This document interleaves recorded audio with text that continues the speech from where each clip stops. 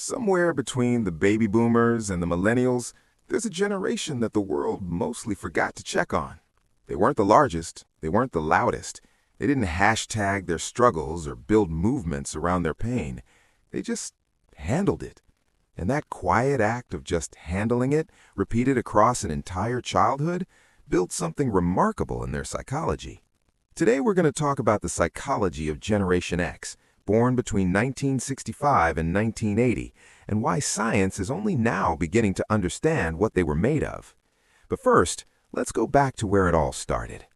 Gen X were the original latchkey kids. They came home from school to empty houses.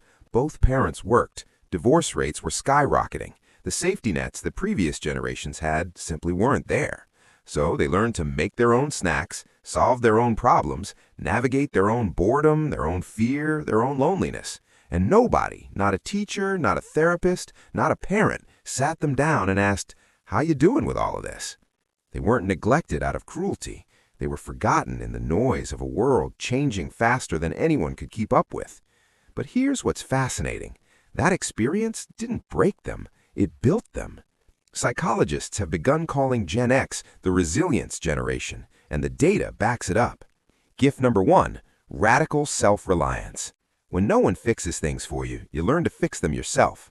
And after years of that, you become someone who can fix almost anything. Research on adversity shows that children who navigate moderate hardship without being overwhelmed develop what psychologists call functional independence far earlier than their peers. Gen X lived right in that zone, not by choice, but the effect was the same. They don't panic in a crisis, they don't freeze when things fall apart. They assess, they adapt, they move. Gift number 2, they don't need your validation. Growing up without constant feedback from adults means they built their own internal compass early. They learned what they believed, not because someone told them, but because they sat with themselves long enough to figure it out. This is why Gen X tends to be deeply skeptical of trends, of hype, of anything that smells like it's being sold to them. They've seen too much. They know how cycles work. They were teenagers watching Wall Street crash, corporations lie, and heroes fall.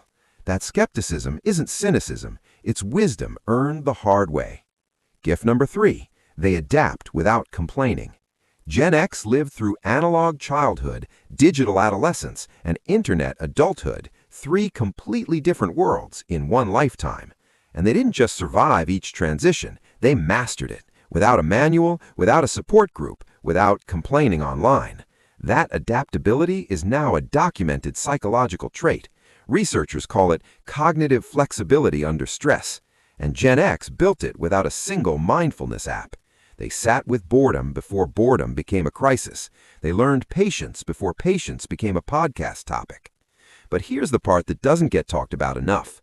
All that strength came at a cost, because children who learn to rely on themselves often forget how to rely on anyone else. The same independence that makes them extraordinary sometimes makes connection feel foreign. They learned so early that needing people leads to disappointment, that they stopped needing people altogether. And that, in adulthood, looks like strength, but underneath, it can feel like a loneliness they can't quite name. This is why Gen X rarely asks for help, even when they desperately need it. Asking for help requires believing that help will come, and for many Gen Xers, that belief got quietly erased somewhere around age 9. But here's what that same generation taught their children and the world without ever announcing it. They showed that you don't have to broadcast your struggles to be heard. They showed that you can rebuild after loss, not by talking about it endlessly, but by moving through it. They showed that independence is not the same as not caring. Gen X cares deeply. They just learned to carry it quietly. And they showed every generation after them that surviving something hard without losing your humanity is its own kind of wisdom. If you're Gen X, the world didn't always see you, but what you built in that invisibility, that's yours, all of it. And if you love a Gen Xer, maybe don't wait for them to ask for help. Just show up. They'll never ask, but they'll always notice. The latchkey kids grew up, and the key they carried, it unlocked more than just a front door. It unlocked resilience, self-trust, quiet strength, and a kind of wisdom that only comes from being left alone long enough to find yourself.